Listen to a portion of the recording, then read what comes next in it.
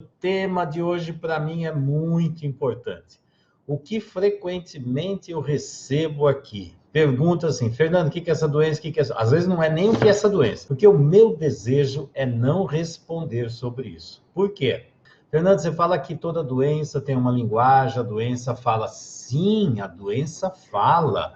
A doença dá uma série de informações, só que ela sozinha é uma coisa. Ela, num contexto, o campo de informações que aparece. Então, quando fala só a doença, para mim, eu sempre fico com o pé atrás. A doença em si fala, mas é importante eu saber. Isso aqui eu já cansei de falar, eu vou falar de novo. É importante eu saber quem é o doente, idade, que situação ele está passando, qual o padrão de funcionamento dele, qual o traço de caráter, como é a relação dele com a doença assim que apareceu, a relação da doença com a família, qual é a função da doença para esse indivíduo, a função inconsciente, o que está aqui por detrás, o que essa doença está fazendo de alterações no sistema.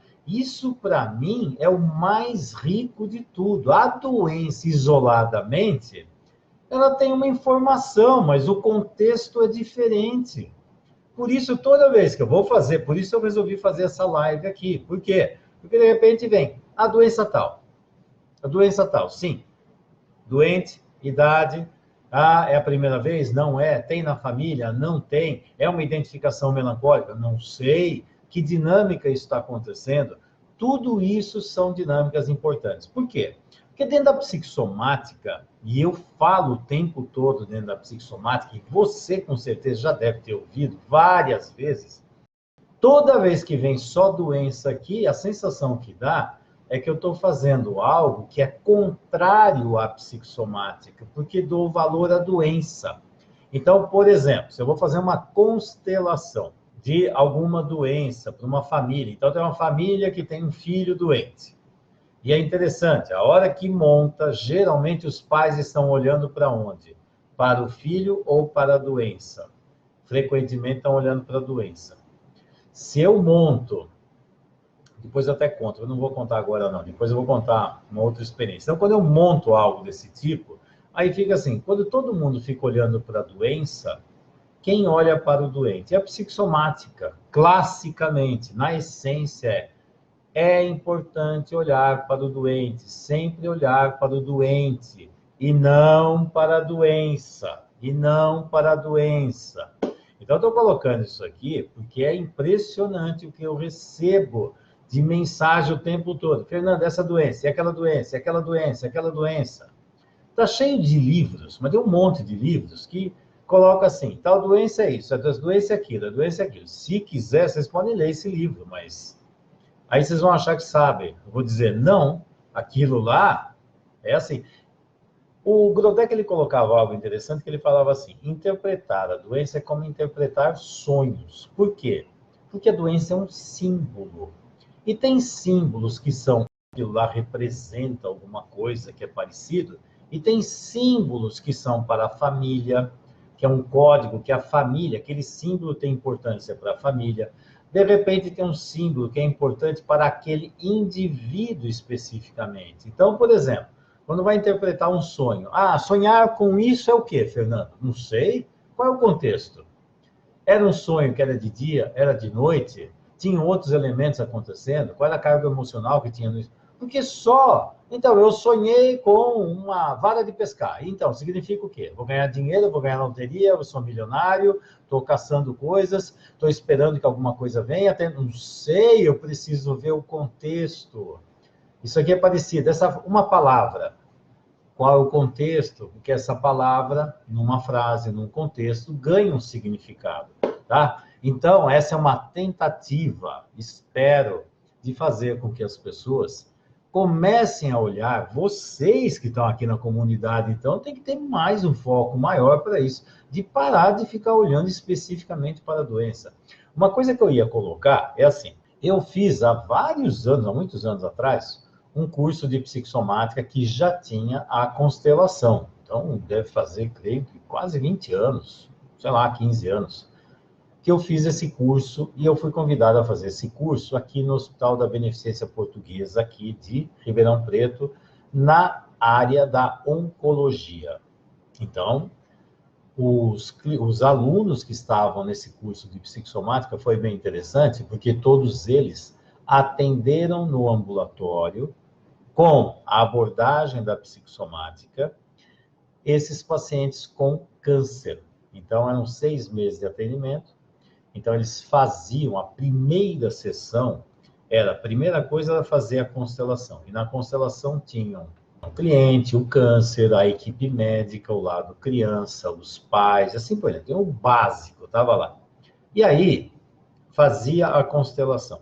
E aí, sabe uma coisa que eu observei? Praticamente todas, eu estou falando praticamente todas, que eu estou aqui, mas eu não lembro, sinceramente, não lembro de um caso sequer que o representante da equipe médica estava olhando para o doente.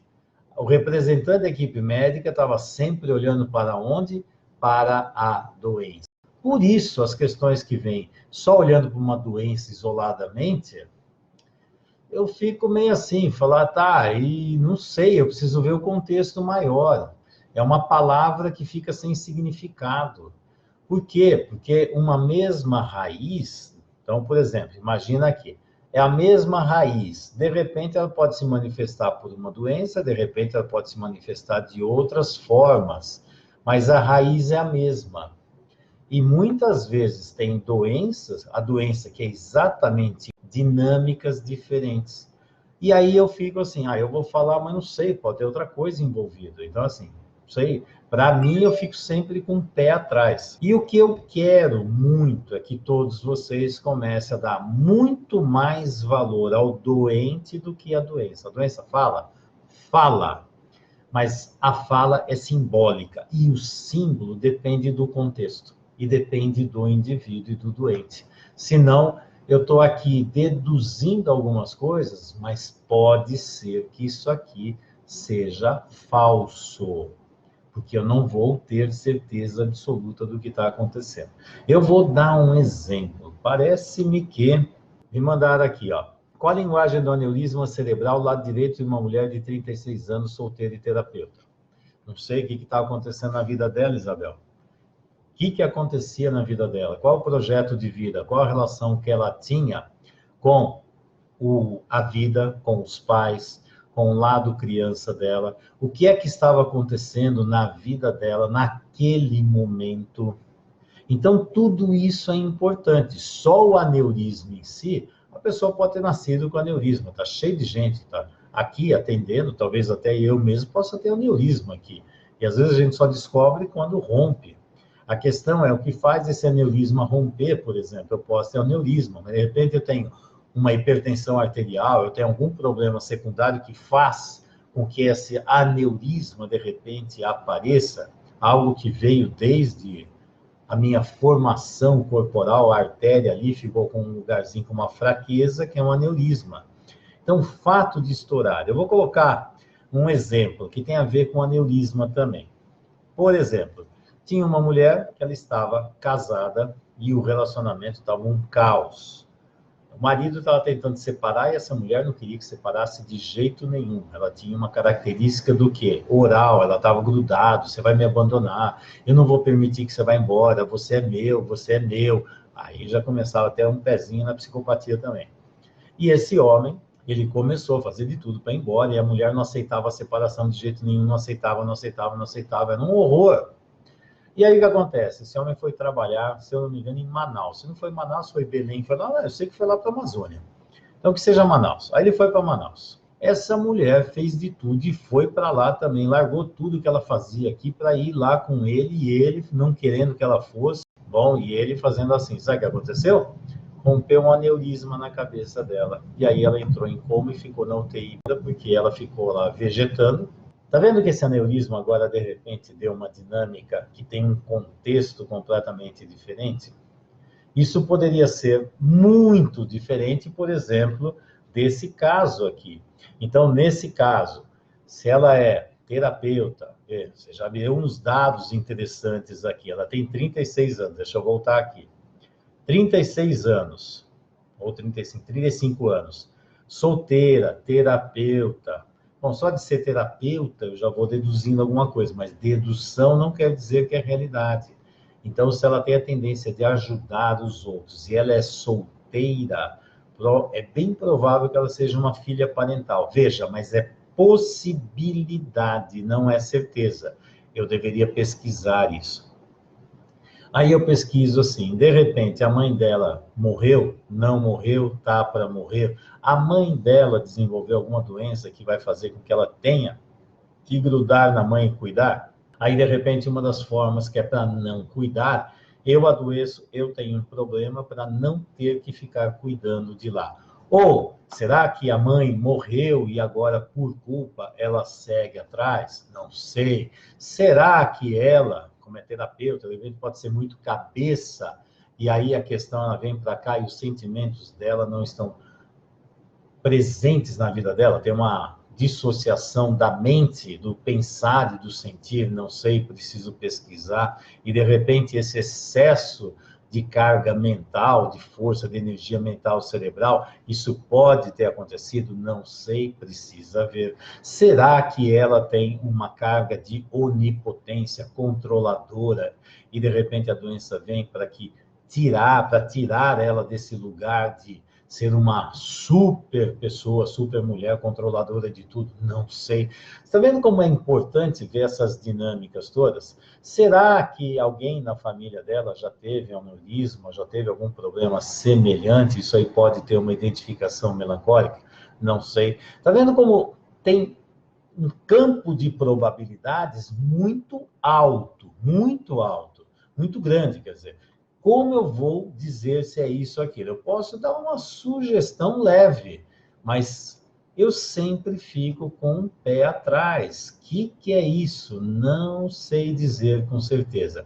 E eu quero que todos vocês, você aí que está assistindo, comece a dar uma importância muito maior para o doente, não ficar só pendurado na doença.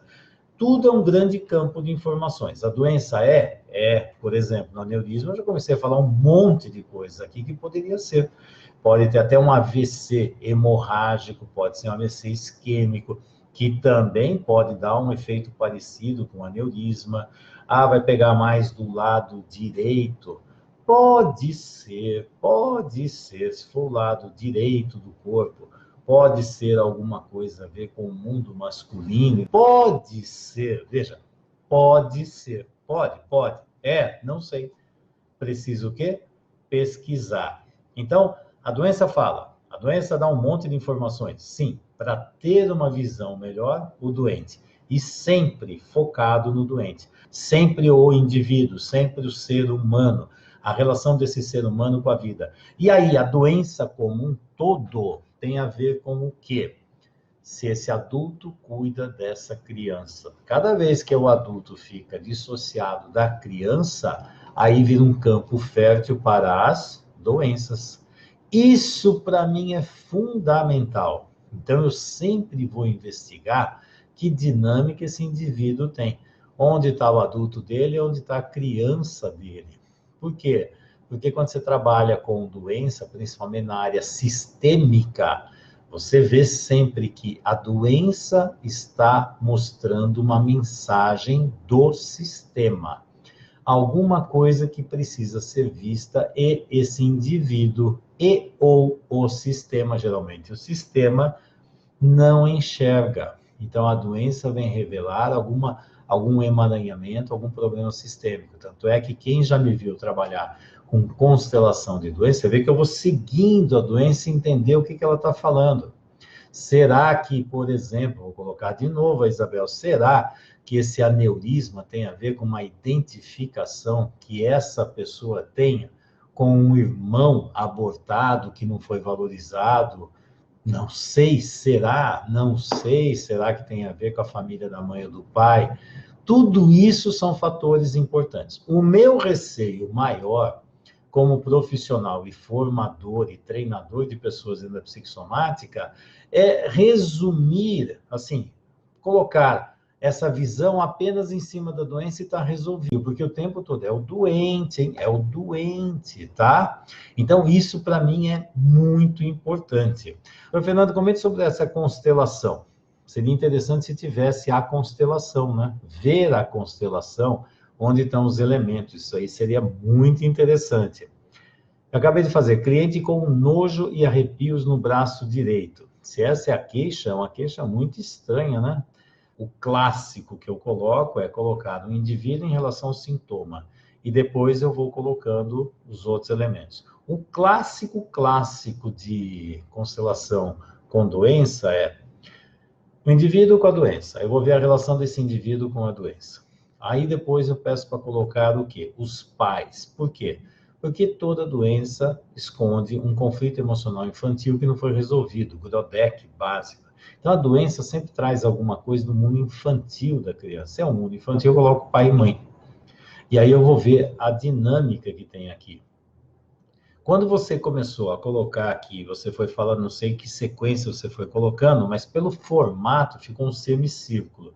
Geralmente, quando tem um semicírculo, está todo mundo olhando para aquele mesmo lugar, é bem provável que tenha um elemento ausente aqui, que é muito possível que seja um aborto. Você pode colocar também como alguém ausente, mas que está todo mundo olhando para o mesmo lugar, tá? E aí tem essa sensação do nojo, é interessante isso. Que será esse nojo e arrepio no braço direito? Isso foi parar lá nos avós maternos. Quando você faz uma constelação com bonecos, você não tem algo que seria o movimento, que fala, sigam seus movimentos. Mas tem uma série de informações como essa, por exemplo, que tem um campo aqui, todo mundo olhando para aquele lugar. Ali deve ter alguma coisa. E é bem possível que tenha um ser excluído, mas eu não vi o resto aqui da constelação. Se você puder colocar aí, agradeço, vamos ver, tá? Mas geralmente nós deduzimos, sim. De novo, é um campo de probabilidades. Quando você tem conhecimento de constelação e você vê o posicionamento, eu também, já a primeira coisa que eu ia pensar assim, tem alguém aqui que não está incluído no sistema. Tem alguém aqui, está um vazio e tem alguma coisa olhando para lá. E o sintoma também estava lá. E o sintoma foi parar lá nos avós maternos, se eu não me engano, agora estou na dúvida. Nos avós maternos. Muitas vezes as pessoas não têm, às vezes são segredos. Por exemplo, só de falar assim, é um sentimento de nojo, estranho esse nojo. E no braço direito, a sensação para mim que pode ter um aborto provocado. Se não tem essa informação, eu posso fazer algo na constelação como se tivesse, e fazer alguma coisa de inclusão, e ver qual é a sensação do cliente. Eu vou ver a sensação dele.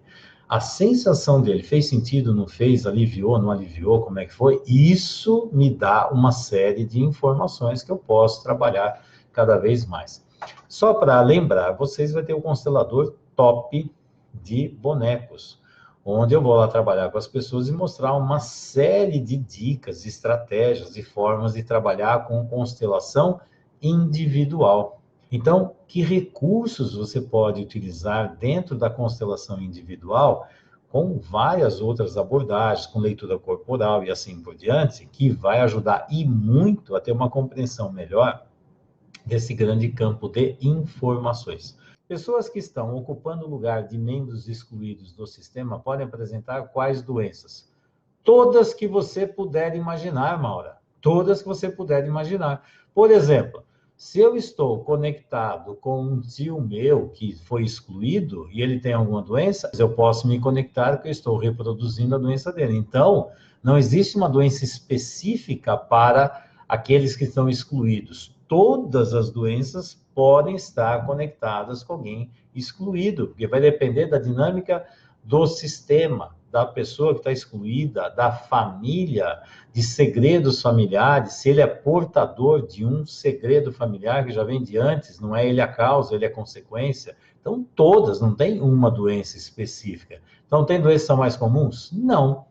Não vejo doenças comuns. Já vi várias doenças de tudo quanto é tipo que, de repente, está conectado com um ser excluído lá, ok? Mas dizer que tem uma outra doença, uma característica, todas elas podem estar relacionadas com isso. Uma criança de 2 anos que começa a ter convulsões, diagnosticada com síndrome de Rasmussen. Qual a explicação? Primeiro, eu vou até pesquisar o que é essa síndrome de Rasmussen. Toda vez que tem um nome de uma pessoa, então quando tem síndrome de alguém, alguém que descreveu a tal da doença. Então não é a doença em si. Aí de repente vamos ver aqui, eu vou descobrir o que é essa síndrome de Rasmussen. Se é uma encefalite, é uma inflamação do cérebro que é focada em algum lugar. E aí a questão é, qual é a causa disso? Se isso aqui é genético ou não, vamos ver. A etiologia é desconhecida. Oh, beleza, então é só uma descrição. Quando assim tem uma doença, a doença revelada, é rara, então é rara. Aí você vai ter alguns casos isolados que têm o mesmo sintoma, só que não descobrido de onde é e o que é, mas que vem para a criança. Então, se ela não tem, eu não sei se é uma doença genética, que não tem informações. Não é a doença autoimune, não tem informações. O que tem de informação são os sintomas que ela tem, que é o quê? Convulsões, paralisia, e é interessante, se pegar só os sintomas, como linguagem dos sintomas, tem algo assim, primeira coisa que eu pesquisaria é ver se tem mortes, às vezes até assassinatos, ou abortos provocados, com os pais, avós, bisavós em alguma geração. Por quê? Porque essa criança ela pode, por exemplo, estar identificada com um aborto que muitas vezes é provocado. Por que eu coloco assim?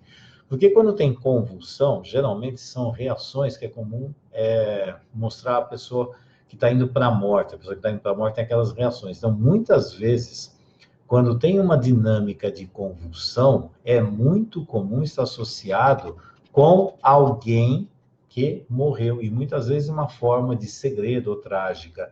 E outra coisa que me chama a atenção são as paralisias, porque assim, tem alguma coisa que está paralisando e está, entre aspas, perdendo a função está morrendo. Então, isso me chama a atenção para pesquisar. Veja, eu não tenho certeza de nada. Eu vou pesquisar, lançar uma hipótese, procurar se tem algo assim nesse sistema. Se for uma constelação de grupo, eu coloco um elemento representando o que é a doença e eu vou ver para onde esse elemento está levando e o que ele está mostrando. Em casos assim, eu sempre prefiro fazer constelação de grupo, porque eu tenho mais informações, principalmente se são informações de segredos, de dinâmicas estranhas. Então, precisa pesquisar o que é que está por trás disso. Nem aqui não tem teologia, não tem nada. É caso raro que não tem teologia, eles veem um quadro. Ah, tem criança que faz isso, é em criança, já vai 10 anos, que tem isso. Aí você vai investigar, é uma encefalite focal. Encefalite é uma inflamação focal que está num local específico do cérebro. Pelos sintomas, eu pesquisaria principalmente crianças excluídas do sistema, mas a dica são os sintomas. Se fosse aqui uma doença autoimune, se fosse uma desmielinização, alguma coisa, já dava uma outra informação, mas aqui a informação é só pelos sintomas. A Roberta, boa noite. Um caso de dor na perna direita de uma adolescente que vai mudar de escola. Parte atrás da coxa e panturrilha. Será que está difícil ir para a vida? Não sei. Será que não pode ser alguma coisa de sexualidade? Será que não é um passo diferente que ela está dando na vida, que às vezes não tem nada a ver com escola? Porque fica assim, isso está acontecendo que ela vai mudar de escola. É importante? É. Será que ela precisa ter uma segurança? Será que ela tem um namorado nessa escola que ela está com medo de deixar? Não sei. Aí estou falando, precisa pesquisar o que mais tem nessa história. Senão eu posso ser assim, é porque ela está mudando de escola. Não sei, só pelo fato de mudar de escola, não justifica muito ter uma dor na perna. E essa dor, qual é a característica da dor? Ela impossibilita de andar? É uma dor só quando tem no movimento? De novo, são características. Adolescente, muitas vezes, tem muitas dinâmicas de sexualidade. Será que isso está falando aqui? Coxa e panturrilha? Não sei. Ela já como iniciou atividade sexual? Não iniciou. Tem culpa? Não tem culpa. Que dinâmica está acontecendo? Precisa trazer mais informações para isso. Falar que é só pelo fato dela estar mudando de escola, para mim, esse fato, olha, o grau de importância para mim, sinceramente, eu não vejo tão importante assim, não. Os pais são separados, não são? Vive com a mãe, vive com o pai. Qual é a dinâmica? E adolescente? Essa adolescente significa o quê? Ela tem 13 anos, ela tem 18 anos. Eu pesquisaria mais vou colocar assim, essa quantidade de informações está muito restrita, precisa pesquisar com mais detalhes.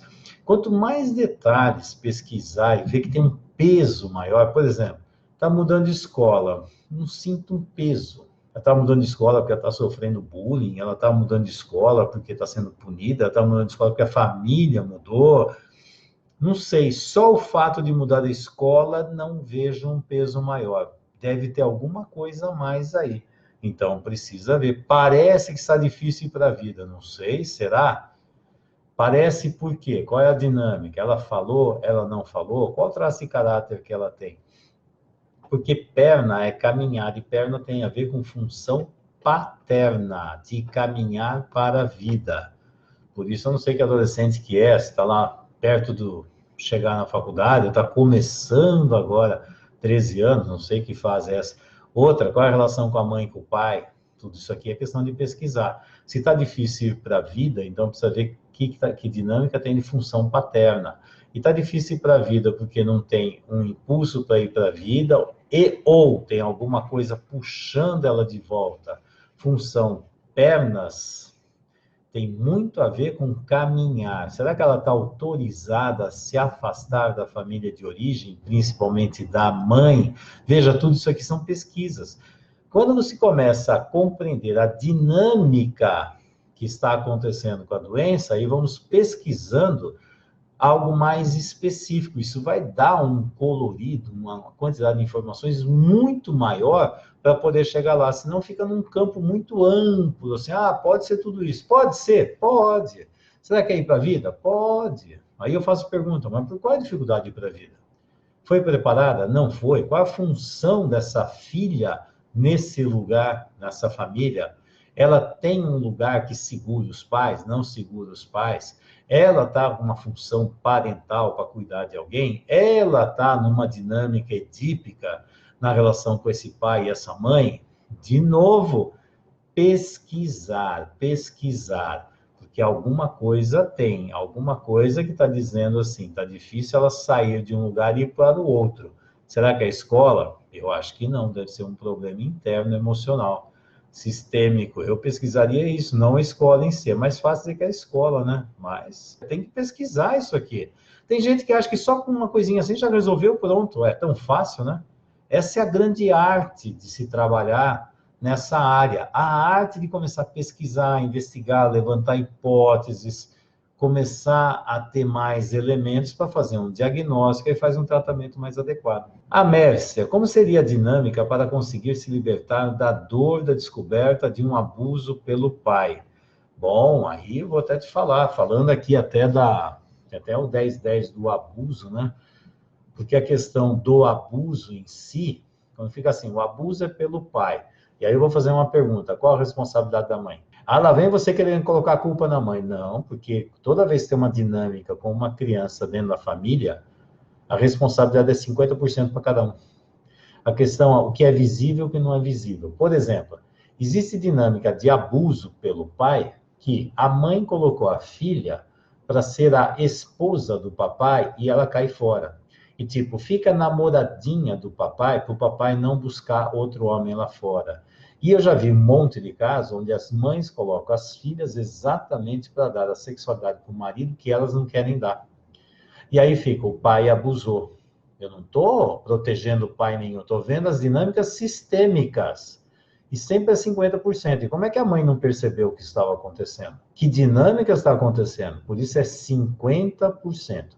Se começar a colocar assim, esse é o culpado, então o outro é o inocente. Toda vez que tem um culpado e o outro é inocente, significa o quê? Acabamos de entrar aonde? Triângulo dramático. E será que é isso mesmo que está acontecendo? E o mais importante de abuso não é nem o fato em si, é a falta de cuidado, de amor, de carinho, de atenção, de proteção dos pais. Dos pais. não é o abuso em si, é a falta de amor materno e paterno de cuidar dessa criança. E frequentemente, quando tem um abuso, frequentemente, antes de existir o abuso, frequentemente existe o quê? Os pais não estão olhando para os filhos. E aí, quando os pais não olham para os filhos, os abusadores fazem a festa, podem fazer o que quiser. Outra, será que a criança confia nos pais para poder falar tudo o que aconteceu? Ah, aconteceu isso com o pai. Ela poderia falar com a mãe sobre isso e por que não falou? Que dinâmica está acontecendo? Então, tem que pesquisar uma série de dinâmicas dentro do sistema. Por quê? Porque muitas vezes, quando você pensa, o problema é só aqui. Não, o problema é maior, é um sistema inteiro que está aqui. Em quem essa criança podia confiar? A questão é, o que vai fazer no mundo adulto? No mundo adulto, então, por exemplo, se eu fui vítima de um abuso, eu posso ficar aprisionado na dinâmica do abuso, e se eu ficar aprisionado na dinâmica do abuso, vai acontecer o quê? Ou eu continuo sendo abusado, porque eu não sei colocar limite, e sou abusado de várias formas na vida, ou eu posso me tornar um abusador. Ou eu sou abusado, ou me torno um abusador. A questão é, quando eu sou adulto, eu, adulto, vou cuidar da minha criança. Eu não vou permitir que mais ninguém abuse da minha criança. Eu olho para a realidade. E quando tem uma dinâmica de função de pai, avô, mãe, você sabia que mãe abusa de filho na mesma quantidade que pai? Não! Então preste atenção. É muito interessante, porque parece que abusador só tem homem, né? E quando você vai pesquisar os homens abusadores, você vai ver que eles foram abusados também. E frequentemente por quem? Pelas mulheres, principalmente dentro do sistema. Mãe, tia, avó e assim por diante. Mas parece que mãe pode fazer o que quer, né? Pai não, mas mãe pode ter o direito de fazer o que quer, que não tem problema nenhum. Não é bem assim, tá? Mas voltando, o que acontece? Se, por exemplo, essa mulher tem um abuso do pai, o que ela tem que fazer? Ela tem que colocar no coração dela o pai.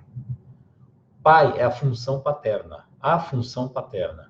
Então ela precisa amar o pai e pôr distância nas loucuras que esse homem carrega, nos problemas que esse homem carrega. Mas ela precisa ter o pai dentro dela. Porque tem duas coisas. Tem o pai que ajudou ela a crescer na vida, que ela ama, isso precisa existir. Então, ela precisa colocar o pai dentro dela e colocar distância à doença que esse homem tem. Então, como é que sai dessa história? Por amor.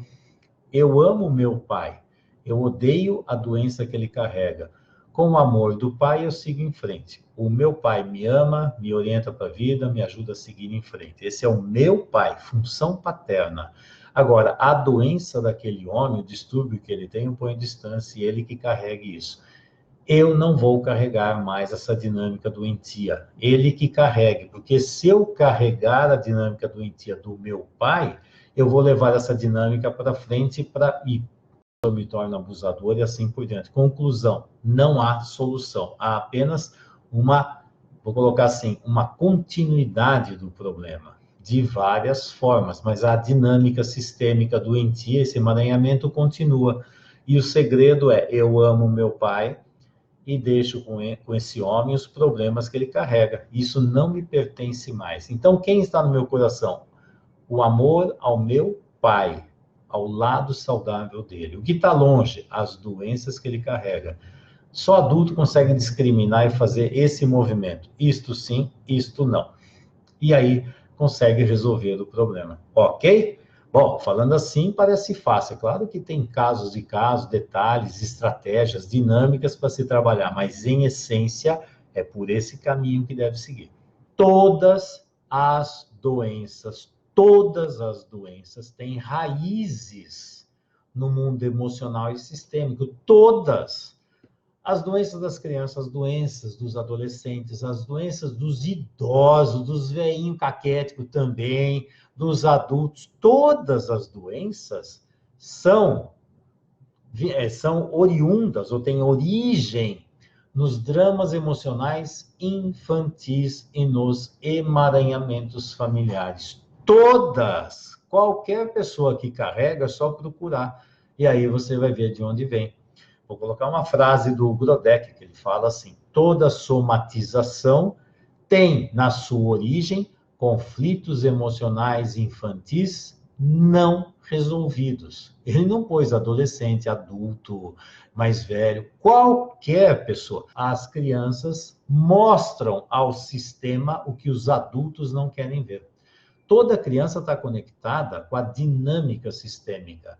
Os adultos, às vezes, estão bloqueados, eles têm mecanismos de defesa que não enxergam, mas quando aquele campo está muito forte, as crianças mostram. A criança entrou no sistema, ela mostra.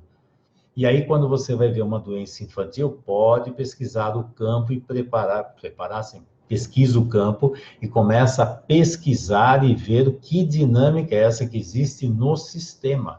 Porque a criança entra em contato com uma facilidade absurda.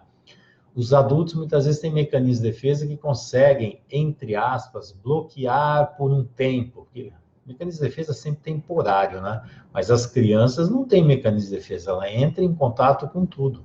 Então, sempre pesquisar. Não é só adolescentes, 17, 18, não, qualquer um. A SIDA. E quando o médico e terapeuta usam todos os recursos e técnicas, inclusive a constelação, e não há progresso, e o adulto não se integra com a sua criança. Bom, a questão é o seguinte: usaram tudo.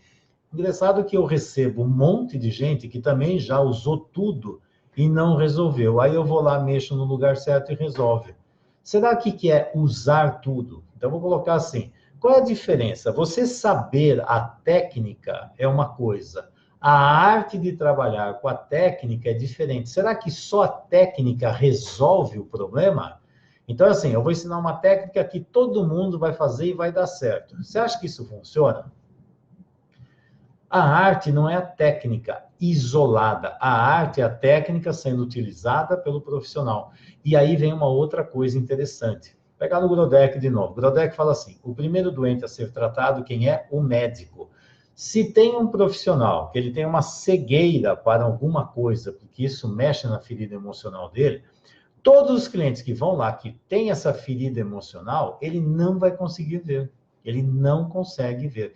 Por isso existe uma coisa que é o nível de profundidade de trabalho que o profissional pode ter.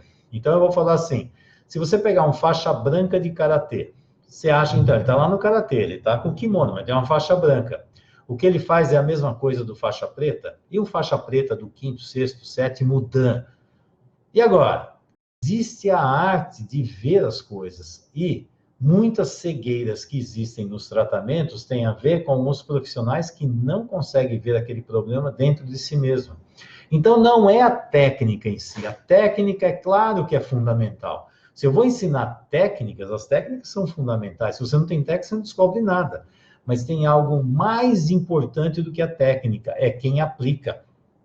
Então, por exemplo, que eu recebo de gente, já fez constelações, muitas constelações. Quando eu vou investigar, então tá aqui, ó, o cliente veio e trouxe isso aqui. Aí, o que foi trabalhado? Ah, foi trabalhado tudo isso aqui. Então, mas mexeu e não resolveu. Mexeu, não resolveu. Eu sei. Não trabalhou o quê? No emaranhamento que está oculto por trás. Você não enxerga isto. Ó. E, de repente, quando eu vou ver, tem uma coisa aqui que ninguém mexeu. Todo mundo mexeu numa camada mais superficial. E, às vezes, precisa mexer numa camada mais profunda. E aí é interessante, porque fica assim: ah, todos os aplicadores de técnicas têm o mesmo resultado? Não.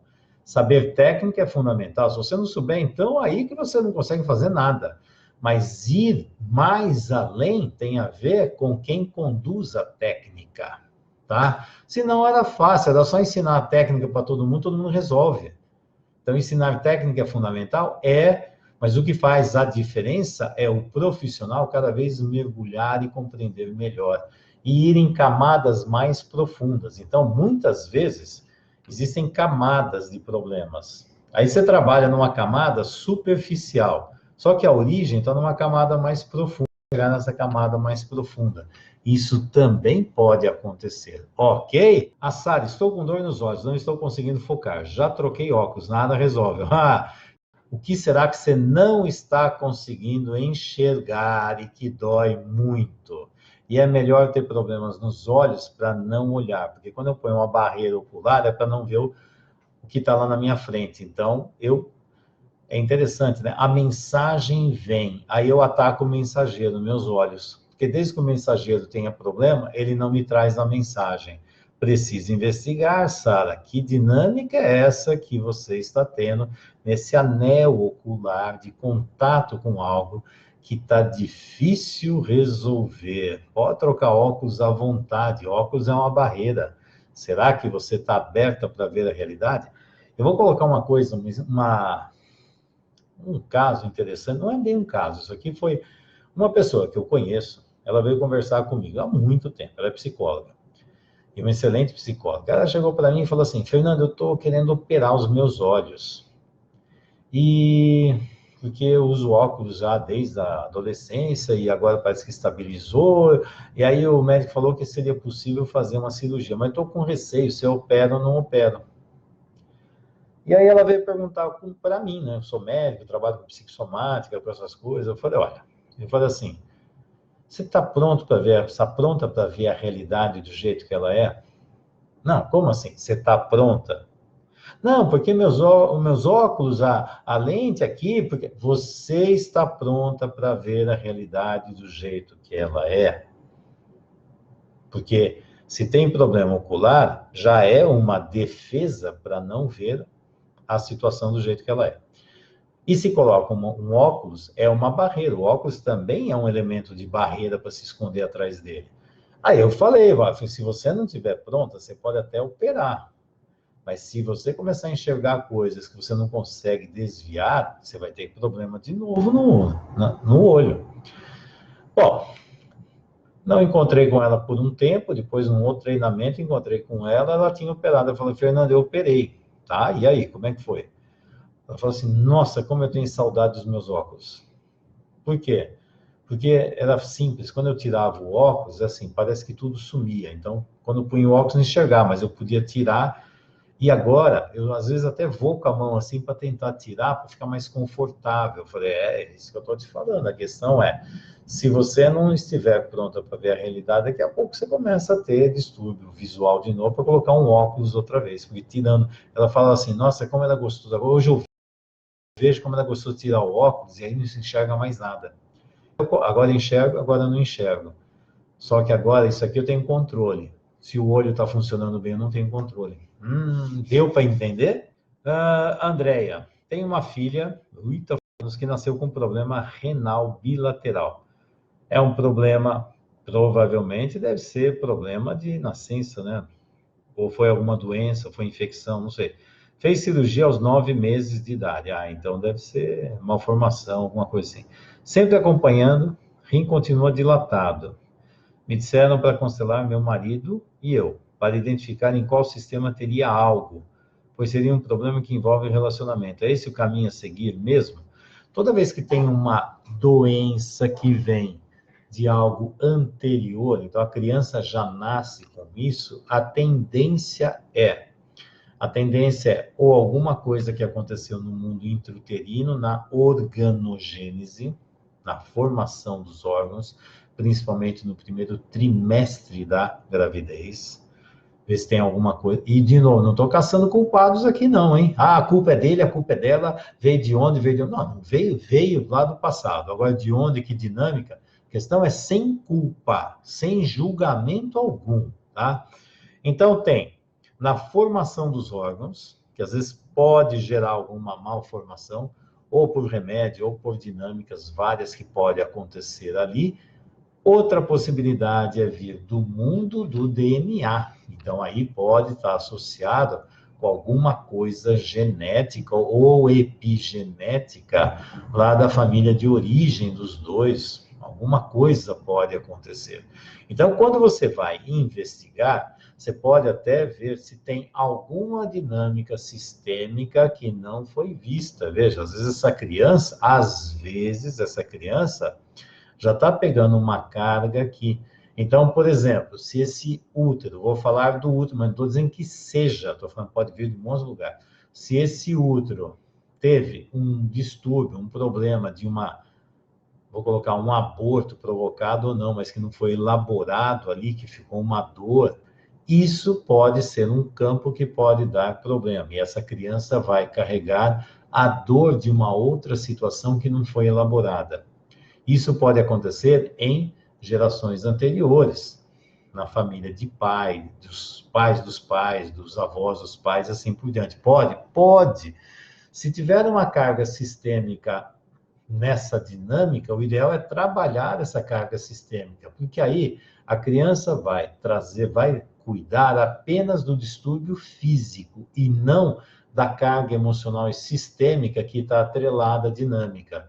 Porque vai ser muito mais fácil trabalhar o físico sem essa carga toda por cima do que ficar só com o físico. Não importa o que aconteceu, e sim o que eu vou fazer com aquilo que aconteceu. E uma dinâmica dos pais que é importantíssima quando tem doença em filhos é não ficar de quem é a culpa é minha ou a culpa é sua? Aí vai ser um benefício para a criança? É óbvio que não, que vai ficar assim, quem é o culpado e quem é o inocente, triângulo dramático, né? Vai começar essa porcaria. Isso aqui que eu fico com um certo pé atrás, que eu fico, será que veio de lá ou daqui para depois ficar uma apontando o dedo, dizendo, eu sou inocente e outra é culpado. Tudo em casal é 50%. Tudo que tem a ver com filho é 50%. A regra é essa. E aí, quando os dois assumem a responsabilidade, não é culpa, responsabilidade, vão fazer o que todos os pais fazem com os filhos, fazer o melhor para os filhos. Pronto. Se tem algum problema, vamos fazer o melhor para esses filhos superarem o problema e encontrar uma vida mais saudável lá na frente. Mas tem que tomar cuidado para não entrar nesse jogo de quem é o culpado, que isso não serve para nada, e ver que carga emocional e sistêmica pode estar atrelada à doença. E aí, resolvendo isso, aquilo fica apenas uma doença física, não uma doença física carregada de carga emocional e sistêmica. Deu para entender? A Rosana Bianchi. Doutor Fernando, boa noite. Uma mãe que tem um filho de 19 anos com síndrome de Down. Ele está com muito medo e fobias. Como ela pode ajudá-lo? Simples, aí precisa ver de quem ele está carregando esses medos e essas fobias. Porque esse filho provavelmente está carregando... É interessante que eu trabalhei um caso agora, semana passada, com uma dinâmica bem parecida com essa aqui. Tinha um filho com síndrome de Down, e aí ele carregava tudo isso aí, só que ele era mais novo, né? E aí o que estava acontecendo? Sabe de quem eram os medos e as fobias todas? Era da mãe.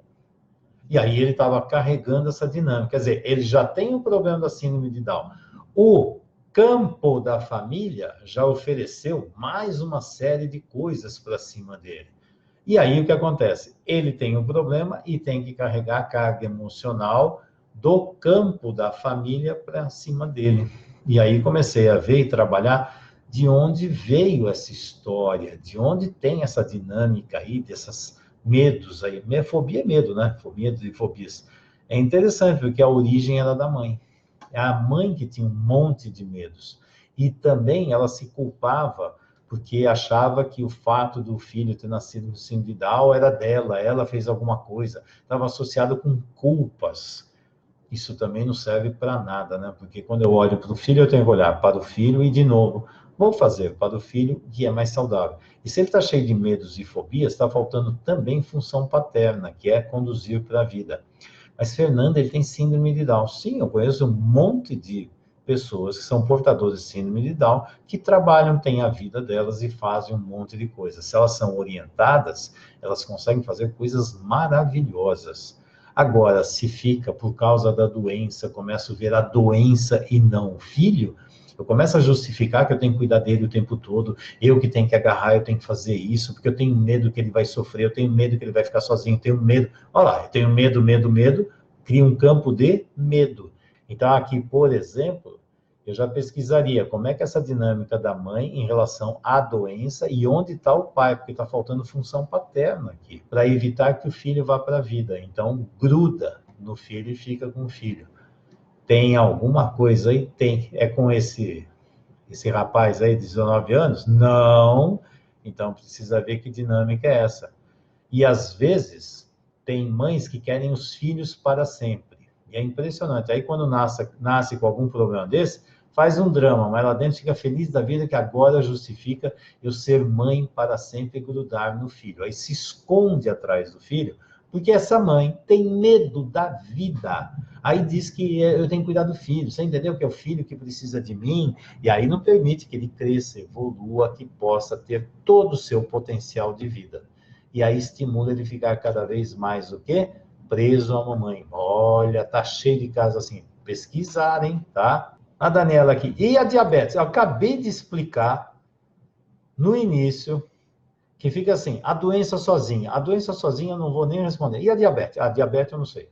Precisa ver. Diabetes tipo 1, tipo 2, na idade, o que está acontecendo? Só para dar uma dica.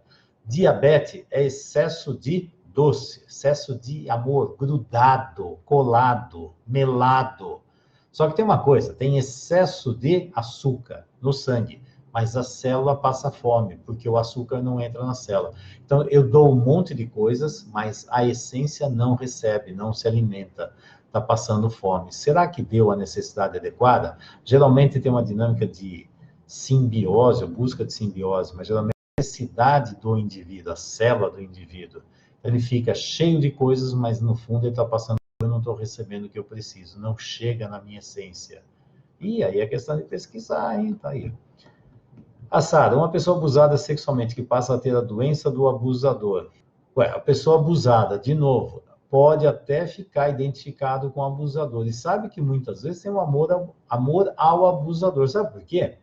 Porque o abusador, pelo menos, chegou perto, olhou, valorizou. Ó, não, Fernando, você está fazendo apologia ao abuso. Não estou, não. Eu estou falando para vocês, todo mundo aqui, entender como funciona abuso. Porque muitas vezes a pessoa fica muito vinculada ao abusador, por quê? Porque ele olhou, valorizou, quis ficar comigo, coisas que às vezes os pais não querem, colocou a mão, ou sei lá o que, em áreas de prazer, de sensações de prazer. Então, assim, a criança tem prada, querida, coisas que às vezes não vêm com os pais. Isso é o mais problemático, porque se sentir a força amorosa dos pais, não precisa buscar. E, às vezes, fica identificado com o abusador, sim, por incrível que pareça. Fica uma relação de amor e ódio, algumas coisas assim. E pode ter, sim, a mesma doença. Aliás, eu acabei de falar, não estava falando de abuso, o próprio abusado pode se tornar um futuro abusador ou continuar sendo abusado. Conclusão, ele está conectado lá. E, às vezes, o abusador é quem deu mais amor, entre aspas, porque faltou dos pais. E aí os abusadores entram e fazem a festa. O abusador sabe que ele está fazendo isso com outro objetivo. Por isso que é um abuso essa história. Porque a criança acha que ela está sendo amada, que o outro está gostando, quer ficar comigo e assim por diante. Depois ela começa a ver que aquilo é falso, tá? Então, eu sugiro que vocês conheçam muito mais sobre dinâmicas de abuso e sem ficar no julgamento.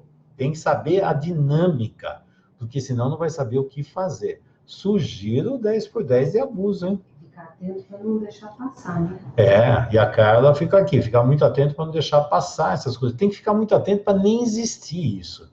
Sabe como é que cria um campo que não deixa o abuso entrar? Quando tem uma dinâmica saudável. Isso é uma dinâmica saudável, é como tomar vacina.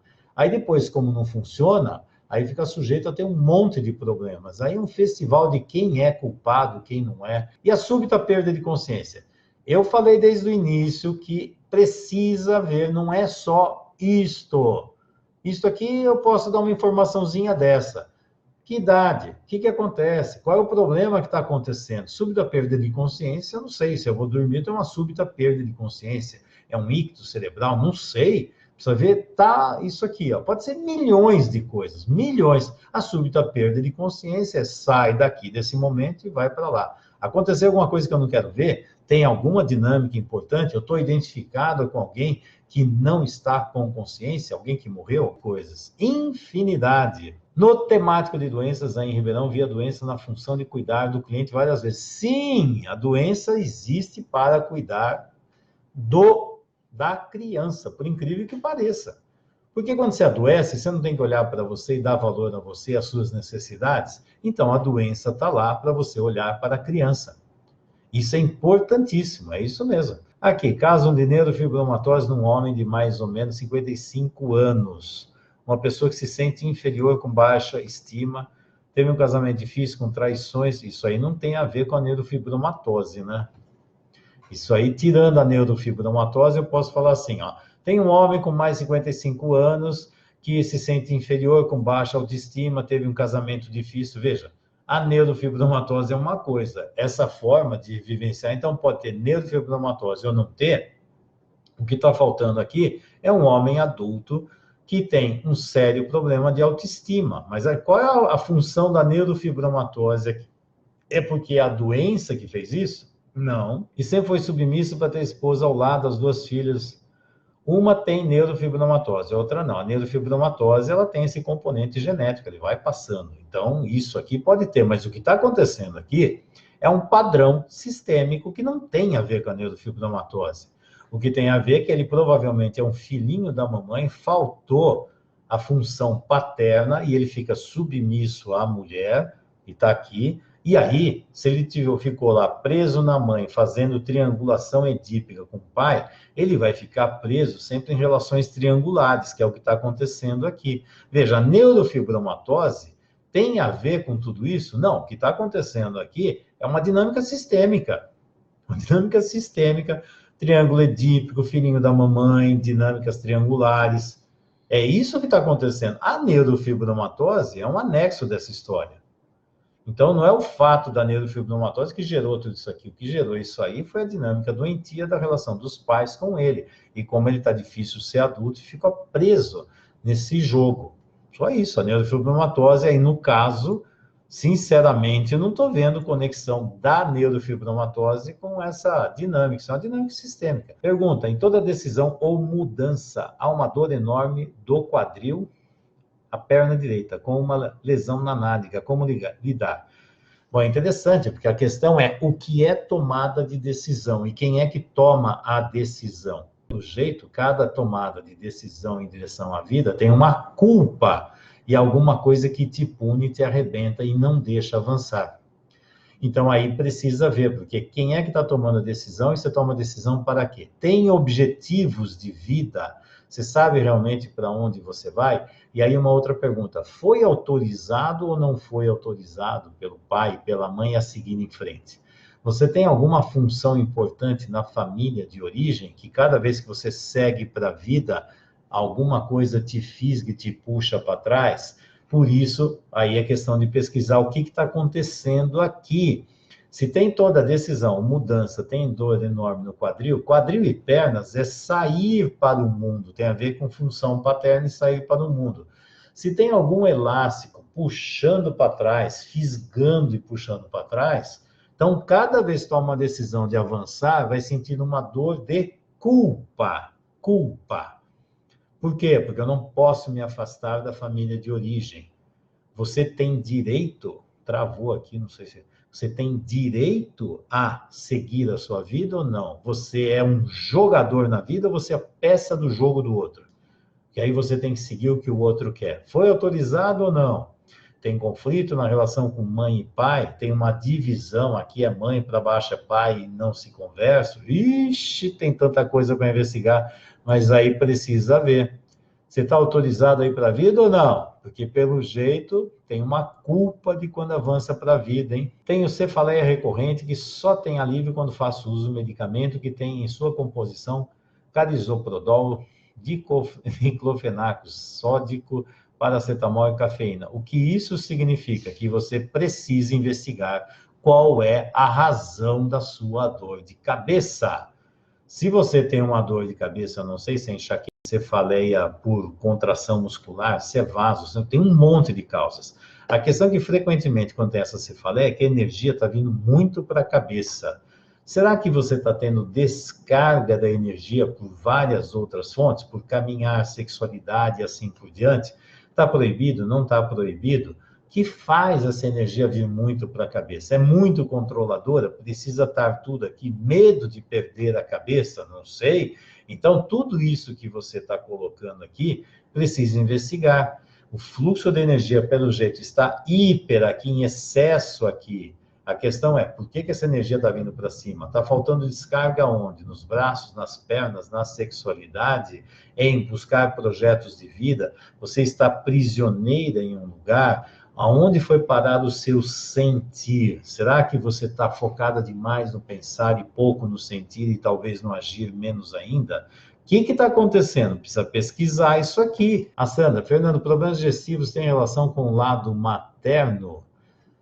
Tem, frequentemente tem, cada vez que tem problema digestivo. Então, eu vou colocar assim, na fase oral, é onde a pessoa capta energia do mundo aqui fora. Fase oral. Fase oral, no início é respiração. A criança, quando nasce, a primeira coisa que ela faz é respirar. Que quando ela respira, ela se desconecta da mãe. Não precisa mais do oxigênio da mãe, mas precisa da alimentação. Depois que nasce, peito materno. Peito materno. E aí pode estar em excesso, pode estar em falta, pode estar um leite com amor, um leite sem amor, com carinho, com cuidado, mecânico, não sei, aí precisa ver. Por isso, frequentemente, assim, a comida, nós podemos fazer uma analogia assim, tem a comida para o corpo e tem acolhimento, cuidado, amor, atenção, carinho, afeto, presença, que vem junto com o alimento. E tem a comida para o corpo.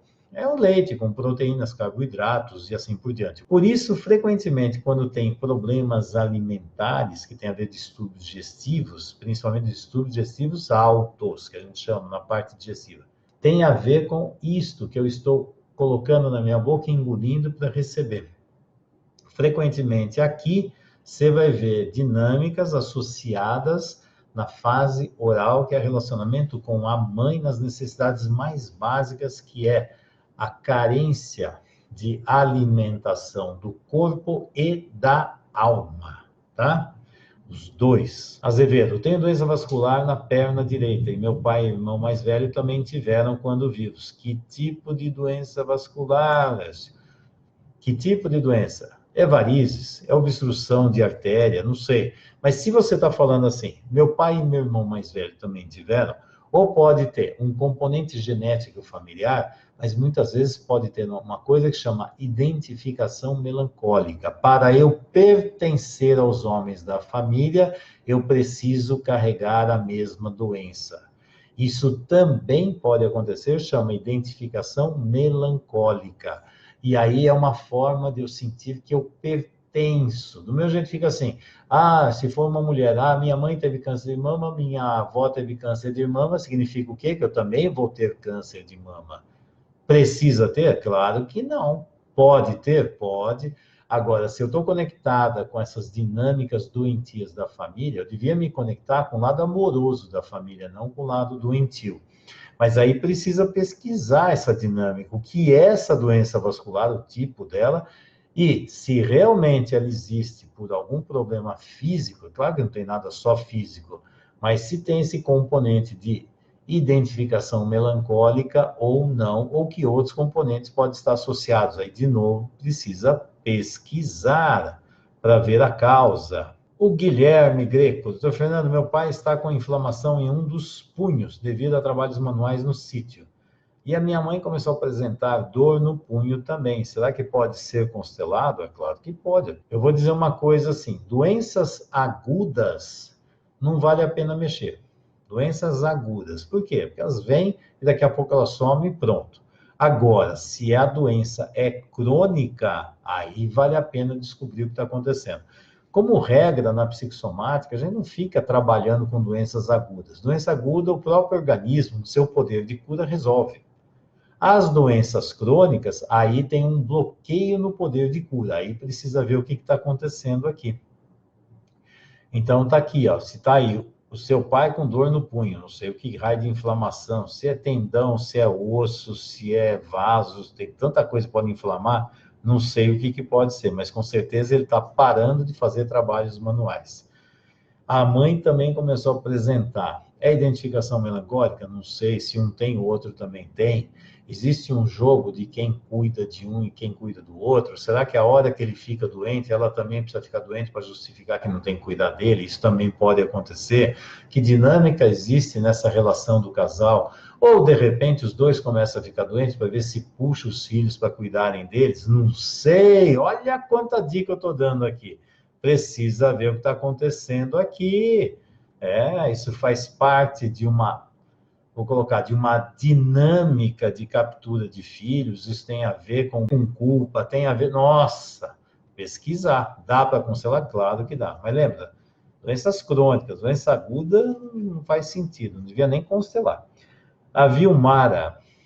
Boa noite. Como podemos ajudar uma pessoa que está com câncer em fase terminal? Ou seja, os médicos já desistiram e mandaram esperar a morte em casa. Não sei qual é o problema que ela tem, além do câncer. Qual é a relação que ela tem com o câncer? Porque quando pega clientes assim, que estão na fase terminal, o que precisa ser feito, agora vou colocar isso aqui como profissional, porque eu já atendi várias pessoas assim. Porque geralmente as pessoas vêm para poder ter uma morte mais saudável. E sabe o que precisa para ter uma morte mais saudável? Resolver as dinâmicas de culpa doentia que a pessoa carrega. Porque se eu tiver muitas culpas doentias, eu preciso sofrer muito como se fosse para pagar uma punição. E às vezes existem sérios conflitos que impedem que eu morra, porque fica assim, se eu morrer, o que vai ser de tal pessoa? Se eu morrer, aquela vai sofrer. Se eu morrer, então, tipo assim, não posso nem morrer em paz. Então, quando vai se tratar uma pessoa que tem uma doença terminal, geralmente é ver o que está acontecendo, que está impedindo que ela possa morrer em paz. E aí, adivinha? Problemas emocionais e sistêmicos que ainda não se resolveram. E se tem dinâmicas que geram culpa, essa pessoa precisa sofrer muito. Isso não é legal. Aí, resolvendo a história, ela alivia e abre o caminho natural para poder seguir o fluxo natural de vida. E aí precisa ver, se ela desenvolveu câncer, já dá para ver que é bem provável que ela tenha dificuldade de falar não e carrega muitas coisas nas costas, no corpo inteiro, achando que ela é responsável por tudo, que é um padrão típico de pessoas que têm câncer, tá? Dor ciática crônica do lado direito, tem alguma dinâmica familiar mais provável? Eu acabei de falar, toda vez que tem a ver com movimentação, sair do lugar, avançar, isso tem a ver com ir para frente, sair de perto da família, ir em direção à vida e ver se tem autorização ou não. Outra coisa também interessante é ver a parte de sexualidade. Se a sexualidade está na sua função saudável de cortar o vínculo com os pais e ir em direção à vida, ou se tem alguma coisa que está segurando. Mas quando tem algo que impede o movimento, geralmente está preso em algum ciclo anterior que não está conseguindo se desvencilhar. Tem alguma coisa amarrada aqui atrás. As crises de diverticulite são ligadas ao quê? Ao que não se processa? Diverticulites é do intestino grosso, geralmente. Tem divertículo delgado também, mas as diverticulites são do intestino grosso e é comum ter divertículo depois dos 40 anos. Praticamente todo mundo que fizer exame para pesquisar divertículo é capaz de achar depois dos 40 anos. A questão da diverticulite é uma inflamação. Tudo que acontece ali no intestino grosso, entre aspas, se tem alguma coisa parada, bloqueada dentro do divertículo e está inflamando, então geralmente tem coisas. Intestino grosso, o que é? Excretar, colocar para fora aquilo que não serve mais. E aí tem coisas que eu tenho dificuldade de colocar para fora, e aí eu fico carregando, e isso está me fazendo mal. A questão é, o que será que precisa ser colocado para fora e a pessoa ainda está apegada e grudada nisso e está fazendo tanto mal? E travou aqui, será que foi? Espero que sim. Que será? Aí é questão de pesquisar. Deu para entender a dinâmica aqui? O transtorno opositor. Ixi, outro dia veio essa mesma coisa aqui. Transtorno. O pessoal inventa cada coisa. Isso é síndrome da criança rebelde, né? Transtorno opositor desafiador. O pessoal adora pôr uns nomes engraçados nesse negócio aqui. Está muito frequente nas crianças atualmente. Atualmente, o que está acontecendo? Qual é a causa? A causa é que os pais dão poder demais para os filhos, não põem limites e não veem as necessidades da criança. E aí a criança começa a ficar rebelde. Isso chama síndrome da criança adaptada rebelde, mas agora inventaram outro nome bonitinho, que é o TOD. Sendo oposto, eu vou ser do oposto do que você quer. Eu não vou ser o que você quer. Eu não vou ser o que você quer. Isso aqui é simples, esse negócio aqui. Quando a criança está aqui, criança, adolescente, adulto, não precisa ser só criança, não. Isso aqui, um monte de gente tem. O jogo é, eu não vou ser o que você quer que eu seja. Só isso. Aí fica um jogo assim. Só que quem é rebelde, isso aqui, no fundo está preso sempre aos pais ou quem está falando. Porque eu vou fazer o oposto do que você quer. Se eu quero que você levante, eu falo assim, senta. Não, eu vou levantar. Pronto, é só falar o oposto, ele faz. É fácil de manipular esse povo. Mas eles ficam o tempo todo provando que ninguém manda de mim. Mas fica atento ao outro para ver o que o outro quer para eles fazerem diferente. E isso é um jogo. E aí os pais, quando permitem esse tipo de dinâmica, e muitas vezes os filhos fazem um monte de porcaria, eles ainda continuam premiando, dando amor, fazendo um monte de coisinhas, aí que estimula a ficar mais ainda nessa história. Então, quando se vê isso aí dentro de um sistema, é simples. As funções estão em desordem, os filhos não aceitam os pais, que têm se sentem superior aos pais. A questão não são os filhos, são os pais que não se colocam na devida função. Os pais que ficam fazendo tudo para os filhos e colocando filhos como os reis e rainhas da casa, preparem-se que vão ter um monte de problemas desse tipo. Um bebê que nasceu prematuro e ficou em incubadora por 15 dias, vai ser oral da falta? Não sei. Vai depender muito do quê? De como essa criança vai ser recebida dentro de casa. Ela pode ter essa dinâmica em 15 dias, ela pode ter uma dinâmica esquizoide também. Mas eu não sei, a criança está lá. Ela está num campo de amor ou ela está num campo de distância? Às vezes ela pode estar lá, mas a conexão amorosa da mãe com essa criança existe. Então vai depender muito dessa dinâmica, não é o fato isolado, é que contexto emocional está acontecendo essa história. E aí fica, por que será que teve que nascer prematuro? Será que a dinâmica dentro do útero não estava tão saudável? Se saiu naturalmente prematuro, não ficou tempo suficiente. Se for isso e ficar esse tempo, não é bem oral. O que vai ficar aqui provavelmente é esquizoide, tá? Mas pode ter uma modalidade também, porque aqui a esquizoidia é mundo intrauterino e primeira semana de nascimento. Aqui é o início da jornada aqui. Então, isso está mais com cara de esquizoidia, se for falar em traço de caráter. Criança que logo que nasce é diagnosticada como tendo refluxo, mama e não retém. Faz uso de leite específico, o que precisa ser investigado? Bom, isso aqui, esse negócio do refluxo virou uma moda na pediatria.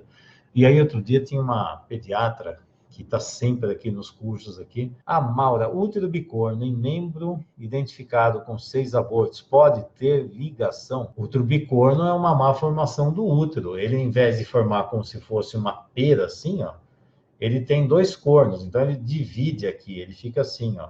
Em vez de ser isso aqui, ó, tá difícil. Ele fica assim, fica 2 cornos. E aí, muitas vezes pode ter dificuldade de engravidar. Mas muitas vezes tem gravidez, mesmo com útero bicorno, mas pode ter uma dificuldade porque a posição onde fica, a vascularização do endométrio e assim por diante. Agora, com 6 abortos, pode ter, mas é aquela história, eu sempre vou investigar. Será que a questão é só do útero bicorno ou não? É a mesma coisa que falou na neurofibromatose. Olha, a pessoa tem neurofibromatose, aí conta um caso de um grande emaranhamento sistêmico, não tem nada a ver com a neurofibromatose daquilo lá, de dificuldade de saber o que é homem, mulher, casamento, amor. Mas tem uma neurofibromatose, a neurofibromatose é de brinde lá. Aqui, se tem isso, pode ser que tenha a ver, pode ser, pode, não sei, precisa dar uma pesquisada e ver. Mas às vezes pode ser que de repente esse útero, ele pode ter uma grande dificuldade em engravidar, sim, pode. Agora é interessante, né, que a gente vê gravidez em cada coisa, tem gravidez abdominal que vai para fora do útero, não foi nem no útero e conseguiu fazer. A natureza é bem interessante. Você vai lá, pega uma mulher, ela faz lá que é dura, de repente ela consegue dar um jeito de engravidar de novo. A natureza tem umas coisas estranhas, né? Bom, pessoal, chega, já deu tempo, foi uma delícia estar aqui com vocês. Agradeço todas as perguntas que vocês colocaram aqui. Ok, pessoal? Grande abraço para vocês e até a próxima live. Até lá, tchau.